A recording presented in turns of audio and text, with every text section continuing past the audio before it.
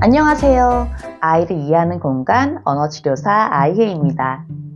오늘은 자폐가 있는 우리 아이, ADHD가 있는 우리 아이를 양육할 시 어떠한 무관심이 중요한지, 무관심이 중요한 이유에 대해서 이야기해 볼까 합니다. 말더듬은 부모의 귀에서 시작된다고 하지요. 아이의 문제점을 처음 파악하였을 때 무관심으로 일관해 주세요. 자신의 행동으로 인한 생활의 변화가 없다는 것을 느끼면 아이는 스스로 그 행동을 멈추게 됩니다. 자폐가 있는 아이는 많은 관심이 필요합니다. 아이의 말하기, 밥 먹기, 옷 입기, 놀이, 운동, 사회성, 습관, 규칙, 수면까지 하나에서 10가지 관심을 가지고 가르쳐주고 함께 해주어야 하지요. 하지만 이런 우리 아이의 육아에서 꼭 필요한 것은 바로 무관심입니다. 그러면 어떠한 상황에서 무관심을 일관되게 해야 할까요? 첫째, 아이의 자애와 공격성에 무관심해 주세요. 자폐 아동은 언어로 표현하기 힘들어해서 행동으로 요구하고 소리를 질러서 자신이 원하는 것을 얻는 경우가 많습니다. 하지만 그 행동으로도 욕구가 충족되지 않거나 원하는 상황이 일어나지 않았을 때 또는 자신이 예측한 상황과는 전혀 다른 일들에 혼란이 생겼을 때 자신을 때리거나 남을 공격, 또 물건을 집어던지는 공격적인 행동을 보입니다. 아이가 자해를 했을 때 하지마 아파, 왜 그래, 말을 해 말을. 또 아이가 부모 또는 타인을 때릴 때 왜 이러는 거야, 때리지 말고 어떡하라고. 마지막으로 물건을 던지거나 망가뜨렸을 때 이거 네가 다 치워, 벌써 몇 번째야. 이렇게 훈계를 하거나 도리어 아이를 감싸 안고 다독여주는 상황이 이어집니다. 하지만 이런 행동들이 아이의 문제 행동을 더 강화시킨다는 것을 알고 계신가요? 아이의 문제 행동 뒤에 어떻게 부모가 행동하느냐에 따라서 내가 머리를 때렸더니 엄마가 와서 나를 안아주네? 엄마를 때렸더니 하지 말라고 핸드폰 영상을 보여주네? 물건을 던졌더니 위험하다고 옆에 가서 있으라고 과자를 주네? 하고 아이에게 행동을 강화시키는 결과가 됩니다. 그렇다면 아이의 자애와 문제 행동 시 다독이거나 말리는 것이 아니면 도대체 어떻게 그 행동을 막을 수 있을까요? 바로 무관심입니다. 아이가 처음 하는 문제 행동에 반응하지 않는다면 아이는 도리어 사람들의 관심을 끌기 위해 그 행동을 멈추게 되고 이런 행동 또한 자신의 욕구를 채울 수 없다는 것을 알고 다른 방법, 즉 언어를 이용한 대화 방법을 찾게 됩니다. 둘째, 발달기에 나타나는 성기 만지기.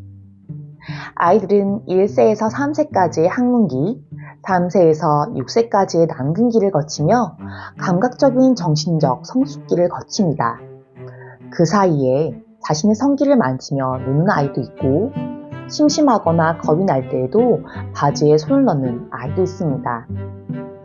그것은 그런 감각으로 인하여 자신에게 안정감을 되찾고 불안을 떨어뜨릴 수 있는 감각 집중이 되기 때문입니다. 이 시기의 아이들은 자신의 성기를 만지는 것이 자위를 하거나 수음을 하는 것과는 다른 감각놀이이기 때문에 아이가 바지에 손을 넣고 한참을 몰두한다 해도 처음에는 무관심으로 일관해 주시는 것이 가장 좋습니다. 하지만 이 행동이 한두 달 이상 오래 지속된다면 가족들도 사회에서도 보기 좋지 않을 뿐더러 위생적인 면에서 가장 큰 문제가 될 수 있습니다. 아이의 바지를 면바지나 딱딱한 질감을 바지를 입혀주세요. 고무줄 바지에 비해 느낌이 덜 나서 감각에 덜 집중을 합니다. 또 아이가 성기를 만질 시 놀이나 장난감으로 상황을 전환시켜 주세요. 많은 아이가 심심할 때 가장 많이 자신의 성기를 만집니다. 그리고 가장 중요한 것은 아이가 성기를 만지지 않을 때 이야기해 주는 것입니다. 고추는 소중해. 소중이는 깨끗하게 해야 해. 자꾸 만지면 소중이가 아파하고 더러워지면 몸이 안 좋아져. 그리고 아무나 보여주고 아무나 만지면 안 돼.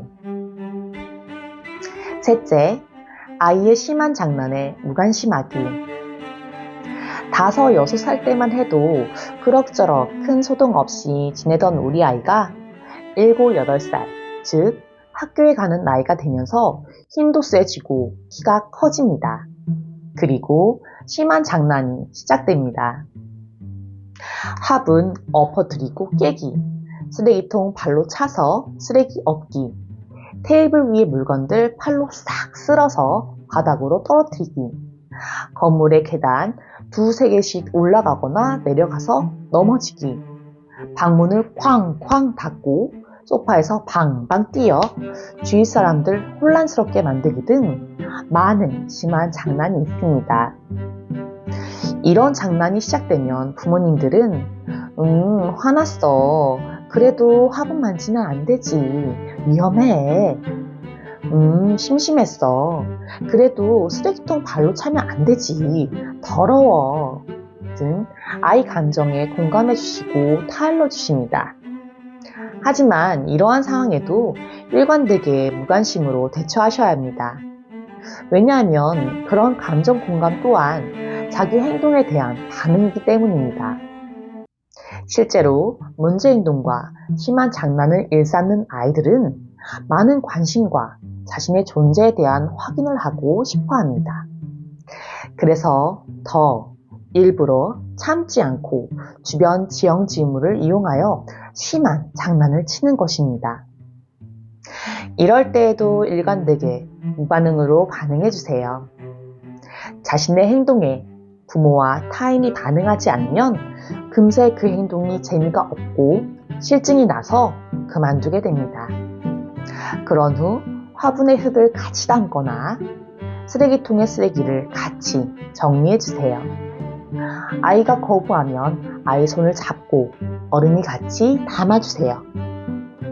하나하나 담다 보면 자신이 한 행동의 결과물을 치우다 보면 이 행동이 귀찮아서 혹은 빨리 끝내고 놀고 싶어서 심한 장난이 줄어들게 됩니다.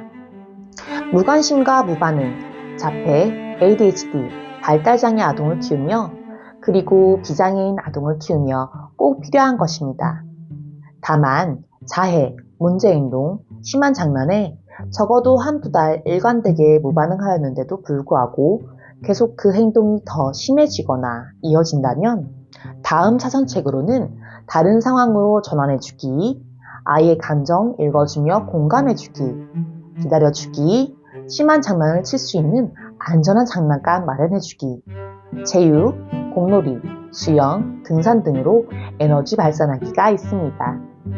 그럼 오늘도 아이였습니다.